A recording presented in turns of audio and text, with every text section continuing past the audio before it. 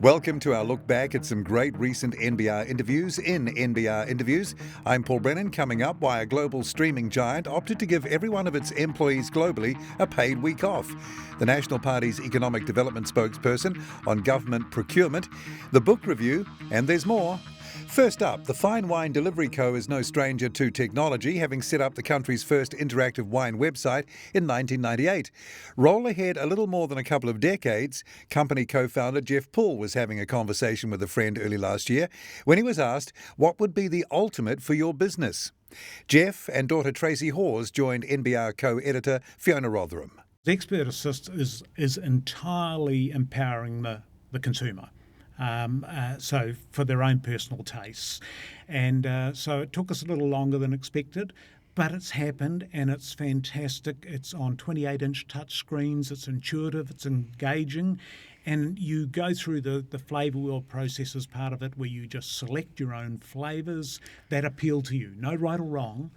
And inevitably, when that wine turns up and you pour your first glass, it will have those flavour profiles in it. So it's going to have a very high percentage of likability in terms of personal style.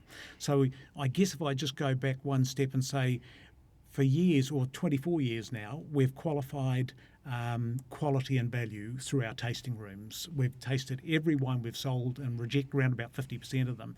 The other equation has always been style, and this has been time immemorial in the industry globally, that the only way you can deal with people's consumer style is when you get them in store and you have highly trained people who've tried all the wines. Now, inevitably, even in our environment, they haven't tried them all.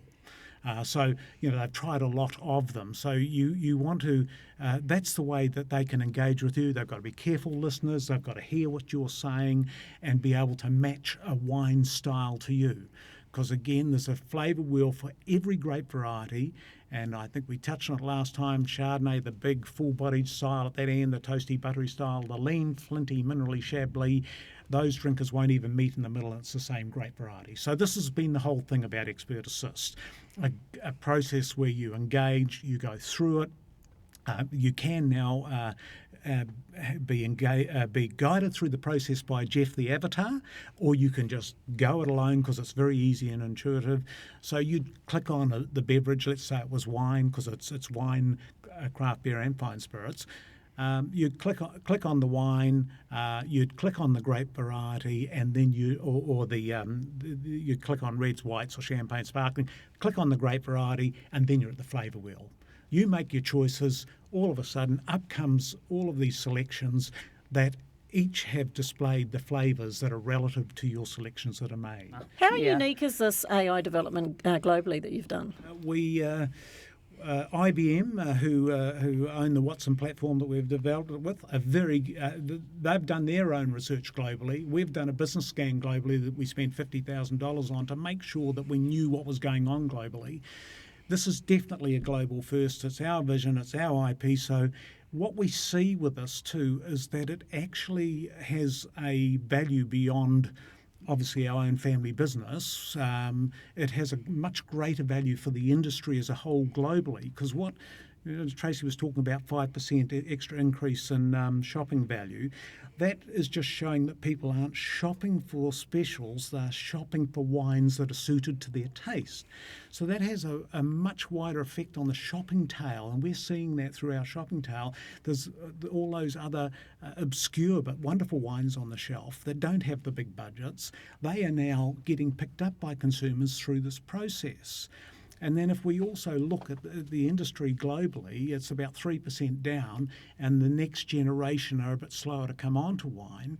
Well, we see this tool as taking away the intimidation factor of totally empowering them, and the next generation of people who want to be empowered, and empowering them to make their own decisions.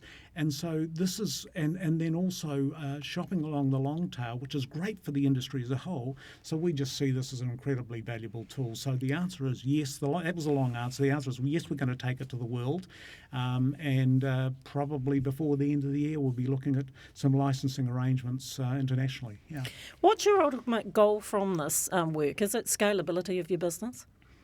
I think scalability. I guess when Jeff started with this vision, it was about how we couldn't reach all those people without us standing in front of them, right? So there's that absolute scalability just for us as fine wine delivery, and there's also the amount of people coming in store, and you can't necessarily serve all of those people and give them that level of expert advice. So how do you actually deliver that to a much more en masse audience, and it still be the advice that we would give?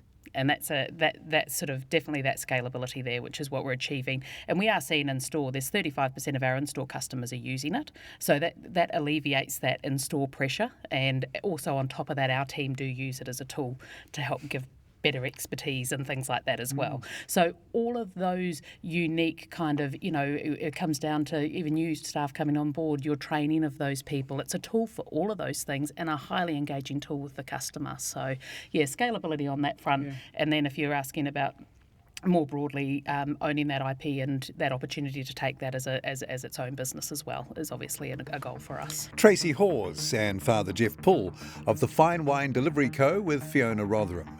This is NBR Interviews, featuring great interviews popular with NBR subscribers.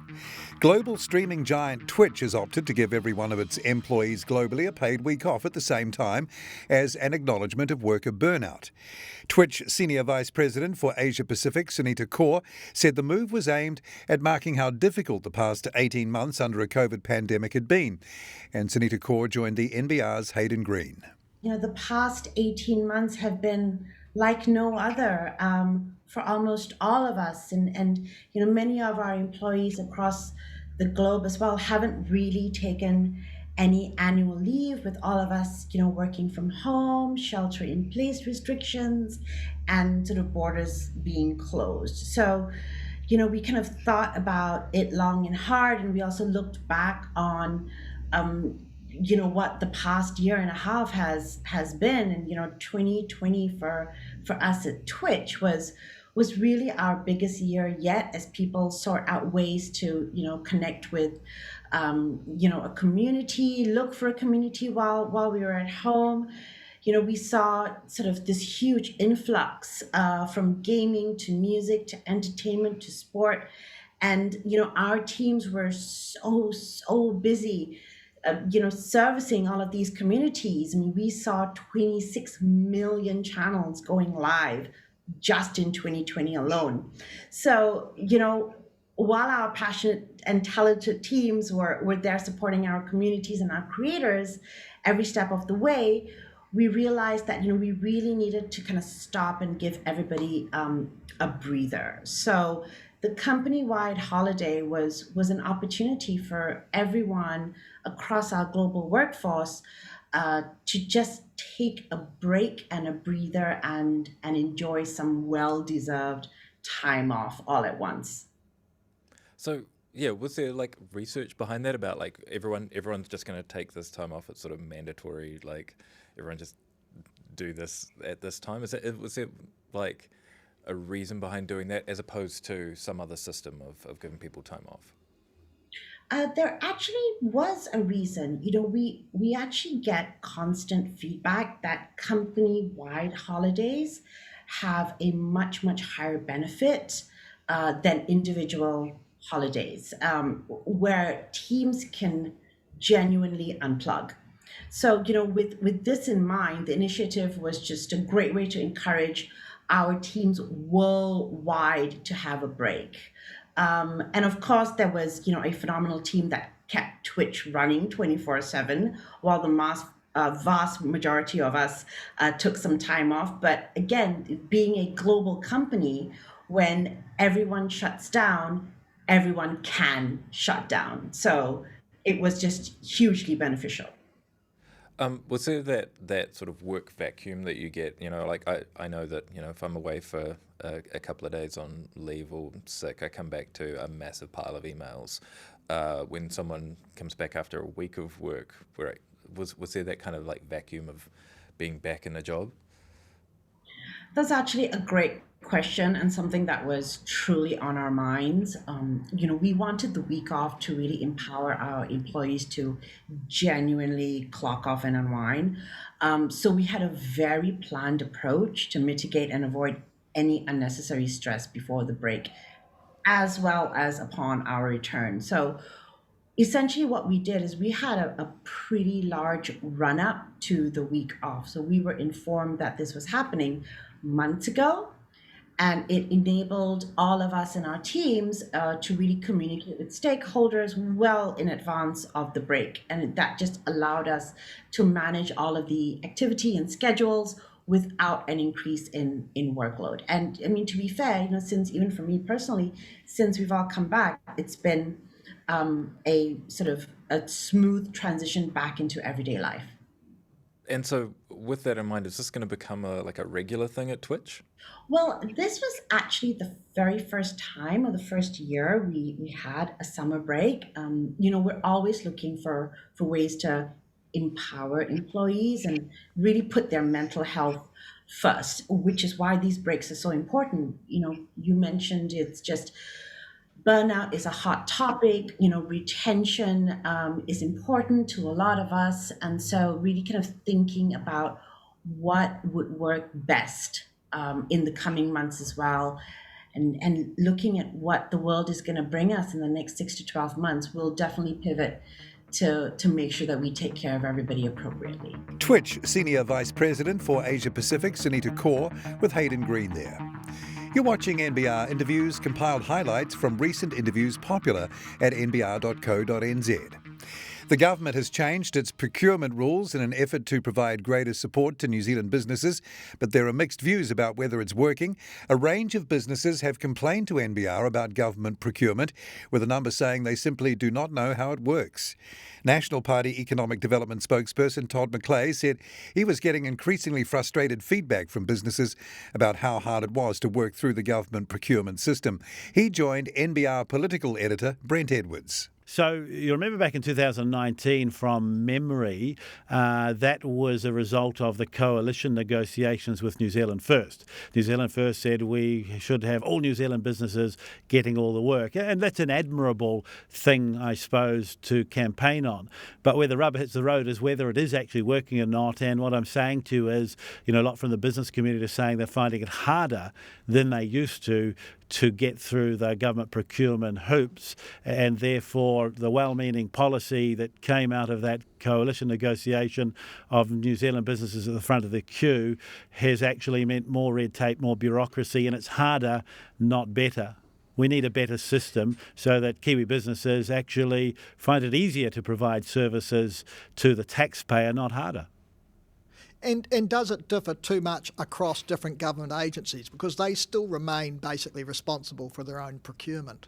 Well, when we were in government, we looked at sort of an all-of-government approach and to try and streamline it and make it easier. In some cases, that meant fewer providers. In others, it meant that actually trying to find similarities across, the public service. I do hear that it is different from agency to agency. How different, I'm not sure. But, from those who try to work with a number of government agencies or ministries, they are frustrated that actually they have different procedures, from place to place. To the view of the public, the view of the business community is it's all just the government. Why can't it be easier for us to, show that we are the best place to provide a good a service? And the sooner the government gets on and takes on that good a service and starts implementing it, you would argue the better for society, for people, but the better for the economy. Yeah, because we're talking about, $42 billion worth of procurement a year. I mean, actually probably more now if you throw on top of that the COVID-19 response fund. So it's a lot of money, isn't it? Yeah, it's a very large amount of money. The government is an important part, or a big part, I should say, of the economy. Many argue too big because they're having to borrow so much at the moment. What the public want is good quality spending, but when people have to wait a significant period of time to get through the process to see if they even are going to get the work. For many, they just won't invest the time or the effort to do so. And for some of the larger procurement, think about KiwiBuild, right? The government was going to build 100,000 houses.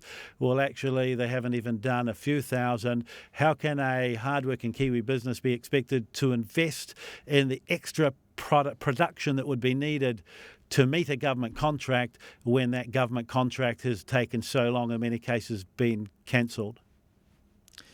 The government's also put in place rules around ensuring that procurement has a low carbon footprint, that it meets Treaty of Waitangi obligations, and I think you've raised issues around sort of a quote around Maori businesses, but the papers, government papers make it clear they want to see Maori businesses and Pacifica businesses benefiting as well. I mean, there's some sense in that, isn't there? No, look, I think their approach is completely wrong. They're saying to government agencies, we're going to set a quota or a target for you to meet based on ethnicity. And I don't accept that that is the best way for the New Zealand public to get the best good of service for their taxes when it comes to government procurement. If there is an issue, and I'm sure there is, but if there is an issue with businesses that are Maori or Pacifica that fall under the government's definition of that not getting contracts, the government should look at the reasons why and work on those reasons, not screw the scrum and make it easier for those businesses that don't qualify today to just get the work. And I would expect that the way this will work with the ministry, so the government says, look, it's a target. It's for Maori businesses only, not Pacifica. So it's a target or a quota for Maori defined businesses. I would expect the way ministries work is we need to report to our minister, we're getting close to the end of the year, we haven't met the target, we'll be in trouble, the government will be grumpy with us, we better just make sure that we do. And the problem with that is for the taxpayer is there will be businesses that have invested significantly to be able to provide a service to the government who will miss out because the government has said they want a race-based procurement system, at least in as far as that target is concerned. Now, I think there are many businesses in New Zealand that are predominantly Maori-based, that are excellent, that can provide good service or goods to the government through government procurement. But if they're not meeting the criteria at the moment, you need to look at why that is, not change the criteria just for them. And I think the government is paying lip service to a desire to say that public procurement has a treaty interest or obligation. I don't understand that. But what they should actually be doing is they want to raise the ability for Maori businesses or Pacifica businesses or Chinese businesses or Indian business, for any New Zealand business to be able to provide service to the government. They should look at the best way to do that, not just change the system that could advantage some. National Party Economic Development spokesperson Todd McClay with our political editor Brent Edwards. You're watching NBR Interviews, featuring great interviews popular with NBR subscribers. Entrepreneur Christo Carmen still loves taking customer calls for his global money transfer platform Wise. Listing on the London Stock Exchange earlier in July, valued at nearly £9 billion, was a milestone, he admits. But it isn't a big one for the decade-old money transfer company. Christo Carmen joined the NBR's Reweti Koheri. I wouldn't say it's a very big milestone. What we rather count internally is how much of the original problem we're fixing, and it's more a goal to us that £150 billion equivalent is still spent on not very good service with the banks and other providers. So it is certainly a milestone, but actually doesn't change hugely what we do or how we do. You and Target founded Wise, then known as TransferWise, in 2011. How has having someone by your side, let alone a fellow Estonian, made you a better business person? For sure, building things is a social thing. So starting with Tavet and now with there's 2,600 people of us. It takes a lot of people to build something that works worldwide at the scale as Wise does today. But it's not just the effort. There's 2,600 people with different backgrounds, with different opinions. I think we have 74 nationalities in our team. So of course, you kind of learn every day new perspectives, new views on how to approach problems, and building Wise, the biggest teachers for me have certainly been the people I work with. I read somewhere that you were the company's customer support person in its first year. Is that true? And if so, is that role something you would recommend startup founders take on? Because I imagine with such proximity to your customers, you learn instantly what's going well and what needs improving. For sure. And to be honest, I still try to do many roles in the company with some regularity. It was only a couple of weeks ago when I last did customer support myself. I was accepting calls from I got someone from Malaysia on the line, and then someone from Italy, and someone from Portugal. And for sure, you learn how people engage with the product or for the service that you're building, and it's especially important if we're offering this over the internet or digitally, where we don't usually meet people face to face. Then at least doing that through customer support has been hugely helpful, both for me, and I also recommend the others of my team to try out these things. I also read somewhere that you and Tarvet found it quite hard to raise money from European investors in the early days or in the early years.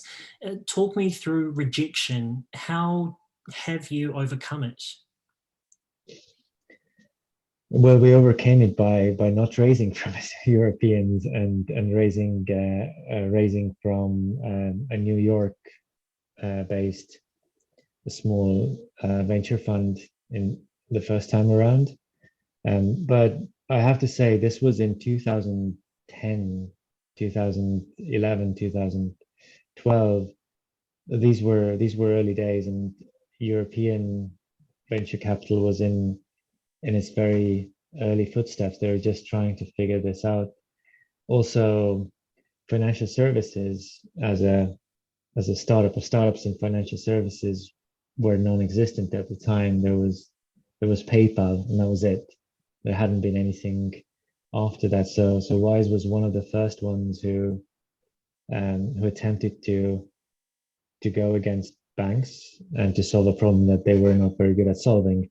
So this was very risky, of course, for venture capitalists in Europe who were just kind of starting out, and it was easier to raise our first round of funding from the US. I do think this has changed, so I haven't been in that position again afterwards, but I do think this industry more generally has changed everywhere. It's much easier in Europe, and from what I hear in Asia Pacific as well. Entrepreneur Christo Carmen speaking about his global money transfer platform Wise to the NBR's Rewiti Koheri. This is NBR Interviews, compiled highlights of recent NBR video interviews. Now the book review by Neville Gibson. The book is The Grey Men by Ralph Hope.